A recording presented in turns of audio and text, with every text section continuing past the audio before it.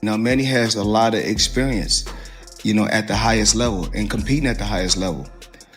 And that makes this that much more interesting. But like I said before, there's no blueprint on how to beat Floyd Mayweather. And he can tell you that himself.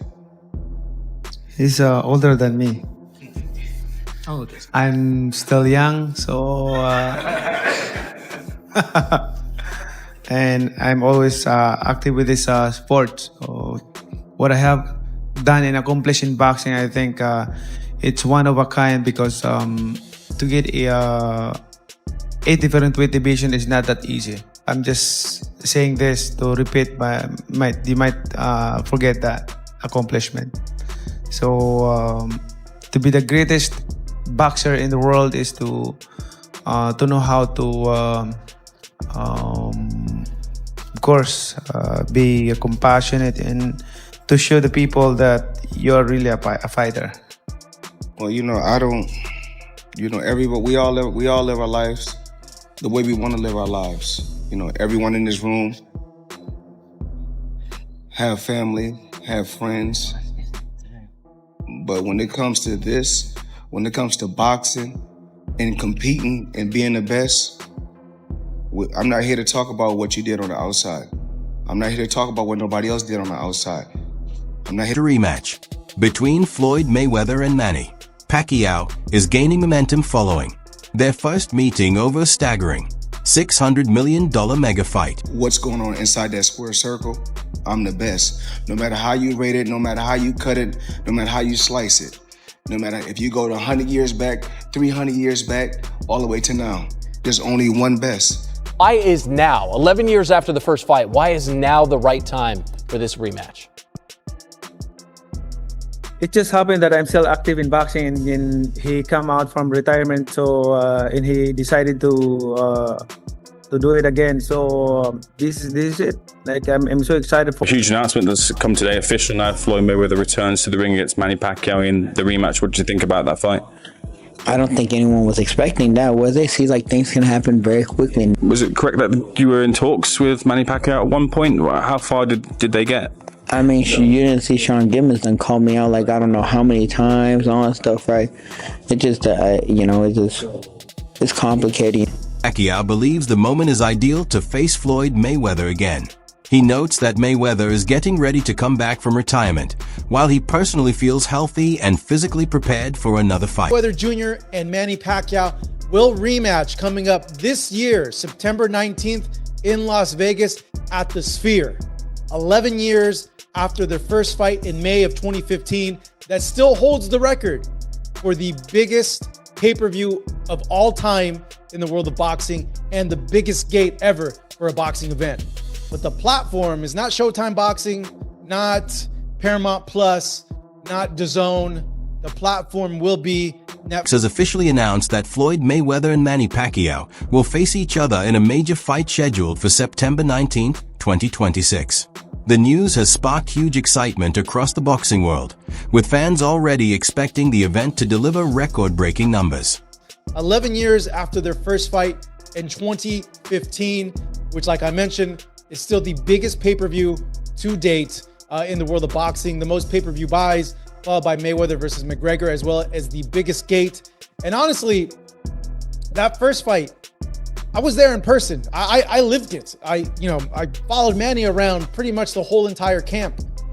The buzz and the buildup for it has still been unmatched. Even that fight week, the buzz and the buildup is still unmatched. Like the amount of press members that went to cover that fight that week, usually they set up a press room, and that press room was freaking packed the first day we got there, which was on a Tuesday.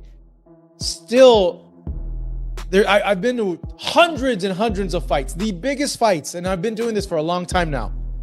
That's still the amount of attention, the amount of buzz has yet to be matched. In case you needed to be reminded, Manny and Floyd fought back in May of 2015 in what was literally, and this word gets used over and over again, fight of the century. All these other fights that have happened since this Mayweather-Pacquiao fight, and they try to label themselves fight of the century. It's all cap. It doesn't matter. This literally, Mayweather and Pacquiao, the first fight, was the fight of the century. I got photos, I got videos, I got texts from people in San Diego, in other cities, waiting outside of bars. They were outside in the streets, huddled together, trying to watch the fight, not even in the bars, in the establishments. So that tells you like how big that fight was. The showdown in 2015 was historic. Considered one of the most significant bouts ever in boxing, it broke numerous pay-per-view and financial. In the sphere, it's going to be a first-of-its-kind event. The last time you and Mayweather stepped into a ring, it was 2015, over a decade ago. Is there anything you can learn from that fight heading into September's bout? Oh yeah, I learned a lot on that fight. Way back 2015, I think we become mature right now and how to handle it, and I hope that it will not happen again the way it is last 2015. It's the experience is not really 100%, but I'm hoping for this time around no more excuses, especially to my condition and also for everything. I'm so excited. Pacquiao shared that his first bout with Floyd Mayweather taught him valuable lessons, and he believes that knowledge will help him perform better if they meet again. He added that both of them are older and more experienced now, and he hopes the problems from their previous fight will not happen again as he prepares for a possible rematch. 100% the first time around. I think it was a shoulder, right? Was it a shoulder issue that you were fighting through? Popped up during training. To the fans who are excited about this, but a little bit worried about another injury coming up, because we're all 11 years older than we were back in 2015. To them and their concerns, you say what?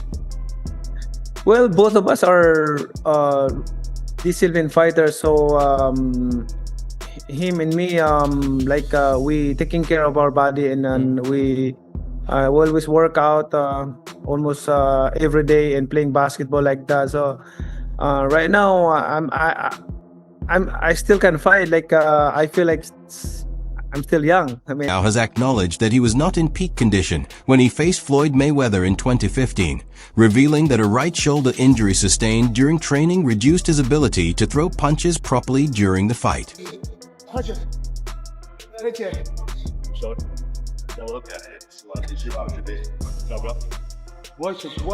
I said that like I had my distance. That's why I stepped. See, I have my distance. Fighters don't know their distance. You gotta know your distance.